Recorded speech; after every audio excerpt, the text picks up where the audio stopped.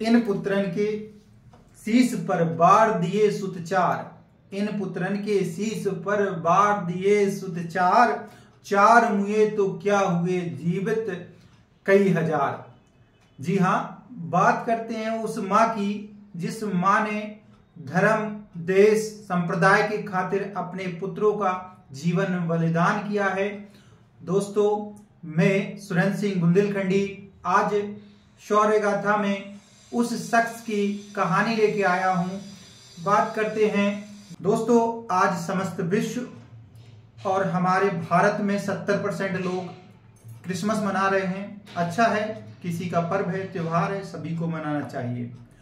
किंतु हमारे भारत देश में धर्म, संप्रदाय, राष्ट्र, देश की रक्षा के प्रति छोटे छोटे जो बालक अपने आत्मसमर्पण बलिदान को दिया है, उनको हमें भूलना नहीं चाहिए। दोस्तों, बात करते हैं हम उन नन्हे बालकों की जिनकी शहादत के लिए वीर बाल दिवस 26 अप्रैल को मनाया जाता है और जो 26 दिसंबर को मनाया जाता है। 26 दिसंबर का अंतिम सप्ताह जो सिखों का शहादत दिवस सप्ताह के रूप में जाना जाता है। दोस्तों, बात करेंगे उस समय जब समस्त भारत में लगभग 70% क्षेत्रफल पर एक मुगल एम्पायर स्थापित था, जिसमें लगभग 21 सूबे थे और 21 सूबों में औरंगजेब एक बहुत ही क्रूर शासक था जो लोगों को अपनी बलता और क्रूरता के कारण धर्म परिवर्तन करा रहा था। उस समय कुछ नन्हे बालकों ने अपने प्राणों को दे दिया, लेकिन उसकी अधीनता स्वीकार नहीं की, उसका अस्तित्व स्वीकार नहीं किया, उसका धर्म स्वीकार नहीं किया। दोस्तों, बात करते हैं सिखों के महान गुरु 10वें गुरु गोविंद सिंह की। गुरु साहब सिखों के 10वें गुरु थे। इन्होंने सिखों को सैन्य शक्ति और पंचमकार जैसी शक्तियों में धारण करने की सलाह दी।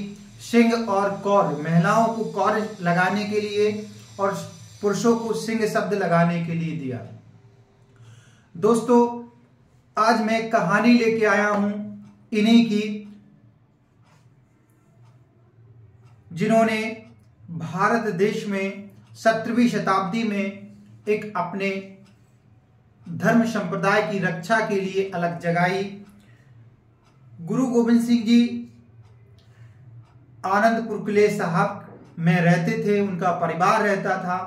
तभी क्या होता है, गुरु गोविंद सिंह का इतना वर्चस्व था कि उनके लोग उनकी वाणी सुनकर अग्रसर होते थे, उनके धर्म को मानते थे और उसमें अपनी आस्था रखते थे। ये सारी खूबी उस समय के सुल्तान औरंगजेब को नागवार गुजरी और उसने कहा कि समस्त सिखों के साथ आप इस्लाम धर्म स्वीकार कर लो। उस समय दौर में कई राजपूत घराने भी इस्लाम के अधीन आ गए थे। राजपूत भी कुछ जो थे इस्लाम में परिवर्तित हो गए थे, कुछ उनसे रिश्तेदारी रखने लगे थे। आपको पता है, इतिहास सभी ने पढ़ा है ना, किस प्रकार से राजा भारमल जो है उनकी अधीनता स्वीकार करते हैं। मान सिंह उनके समकालीन सूबे का सूबेदार बनता है ना। ऐसे कई लोग थे जो उनको मानते हैं।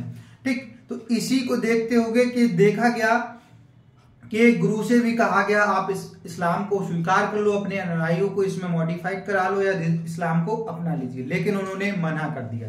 इस सब को देखते हुए औरंगजेब ने सिख गुरु के किला आनंदपुर साहब पर आक्रमण कर दिया।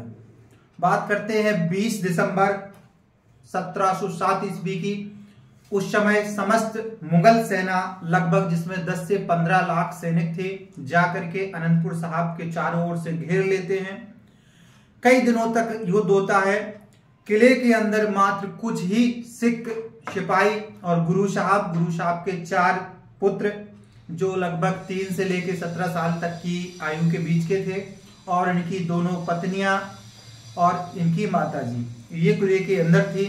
लगभग युद्ध ये जारी होता है और इतना भयानक युद्ध होता है, मुगल सेना को अंदर जाने की हिम्मत नहीं होती है। ये लगभग कई महीनों तक, लगभग 8 महीने युद्ध चलता है 8 महीने युद्ध चलने के पश्चात देखा गया कि तभी औरंगजेब रणनीति बनाता है और इन्हें धोखे से किले के बाहर निकालना चाहता है। वह पत्र लिखता है गुरु गोविंद सिंह के साथ कि आप क्या करिए, अपने अनुयायियों को लेकर इस किले को, अनंतपुर साहिब किले को छोड़कर कहीं दूर चले जाइए। आपको मैं किसी प्रकार की क्षति नहीं पहुंचाऊंगा, ठीक है, बस आप इसको खाली कर दीजिए और मैं कुरान की कसम खाता हूं। औरंगजेब ऐसा कहता भी है।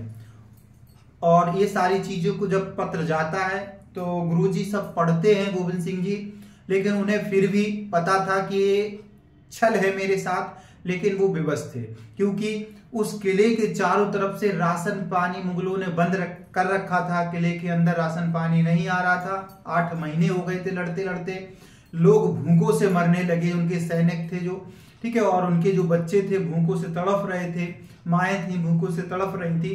तो उन्होंने इसको देखते हुए डिसीजन लिया और तभी उन्होंने किले को छोड़ने का निश्चय बनाया और यह 21 दिसंबर 1704 ईस्वी को किले को छोड़ते हुए रात्रि में यह निकलते हैं। रात्रि में यह निकलकर किले से बाहर जा रहे होते हैं और जाते हुए तभी वहां एक सरसा नदी पड़ती है। सरसा नदी में जो है तेजी से बारिश हो रही थी रात के समय। सरसा नदी में कुछ बाढ़ आ जाती है और उसी समय औरंगजेब की सेना जो है इन पर हमला बोल देती है रात्रि के समय छुप करके। तब सरसा नदी में इतनी ज्यादा बाढ़ भी थी, वर्षा भी हो रही थी और इनकी सेना पर जब आक्रमण होता, कई लाख मुगल सेना इनके ऊपर टूट पड़ती है। तो गुरु गोविंद सिंह जी का परिवार है उस समय अलग अलग भागों में बढ़ जाता है।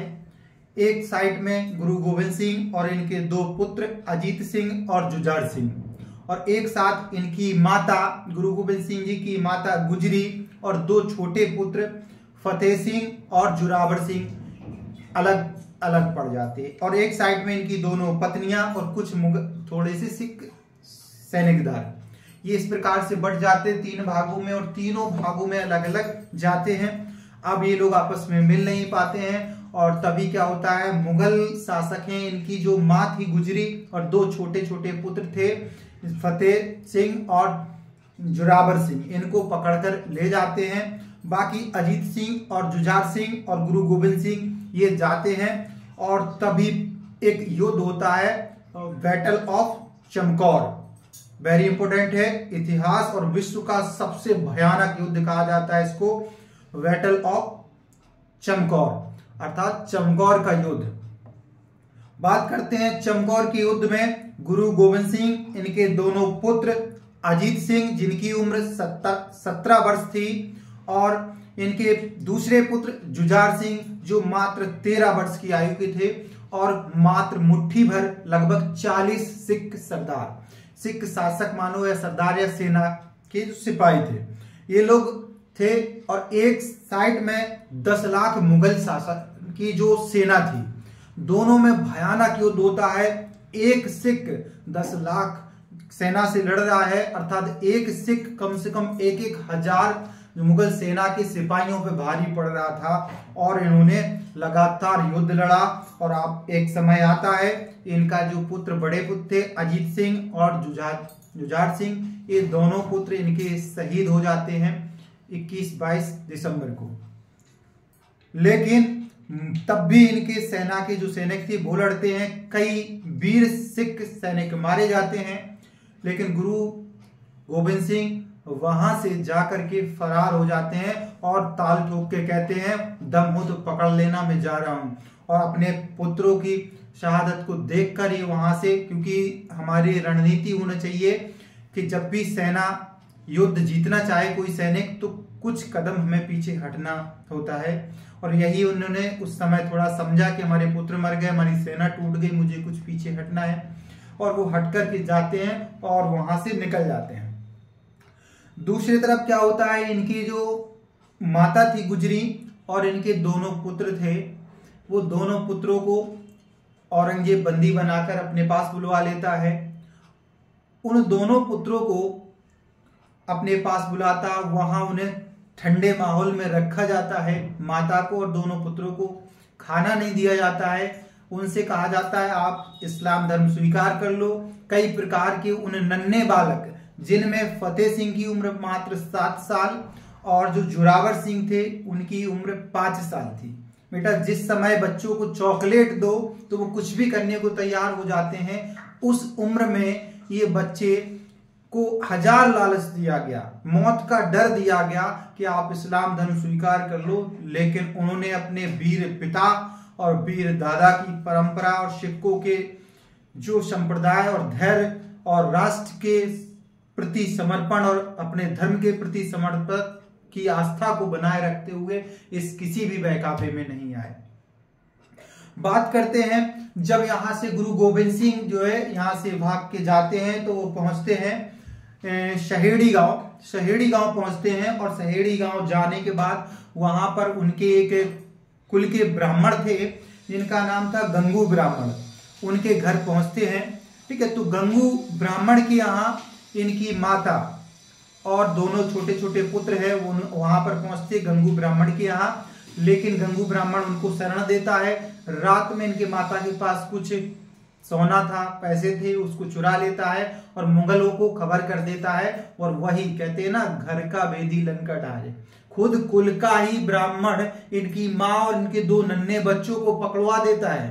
इसमें कहानी यही रही है कि इनके बच्चों को पकड़वाने का श्रेय भी किसके नाम जाता है? गंगू ब्राह्मण के नाम जाता है, जिसने इन्हें पकड़वाया था। आपको पता है कि हमारे इतिहास में हम लोग ऐसे नहीं हारे कभी भी, हमारों ने ही हमें दगा दिया है ना। चाहे वो चंद्रशेखर आजाद जी हों, उनके प्रति भी आपने सुना होगा किस ब्राह्मण ने उनको पकड़वाया।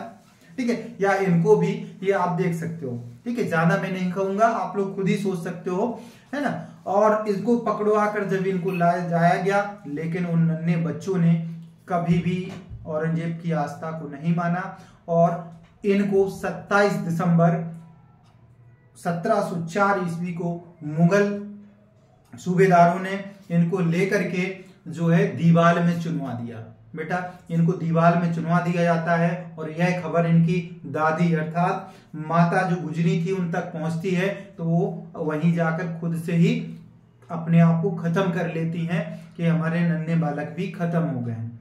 तो दोस्तों, मैं इस कहानी का मतलब ये है इसलिए सुनाना चाहता था कि गुरु गोविंद सिंह और उनके जो नन्हे पुत्रों की कहानी थी, इसमें सबसे बड़ा सार छुपा है कि इन्होंने आज की पीढ़ी को इतना साहस दिया कि अपने देश, अपने धर्म और अपने संस्कृति और अपने देश और वतन के प्रेम के प्रति संदेश देते हैं कि उस पर समर्पण हो जाइए, कोई भी शक्ति आपको हिला नहीं सकती। दोस्तों, तो मैं आशा करता हूं इस कहानी से आपको सीख मिली होगी अवश्य, और आपने सीखा भी होगा कि किस प्रकार लोग अपने देश से विश्वास रखते हैं तो बदलते नहीं हैं। और आप लोग जिस कार्य में लगे हो, पूर्ण कर्म निष्ठा से लगिए, ईमानदारी से लगिए। और अगर आपको कोई बहकाए, लोभ लालच दे, तो उसके बहकावे मत आइए। यही हमारा गौरव है, यही हमारा शौर्य है, यही हमारी संस्कृति है, यही हमारा धर्म है, यही हमारा वतन है। दोस्तों, जय हिंद। अगली कहानी में मिलते हैं।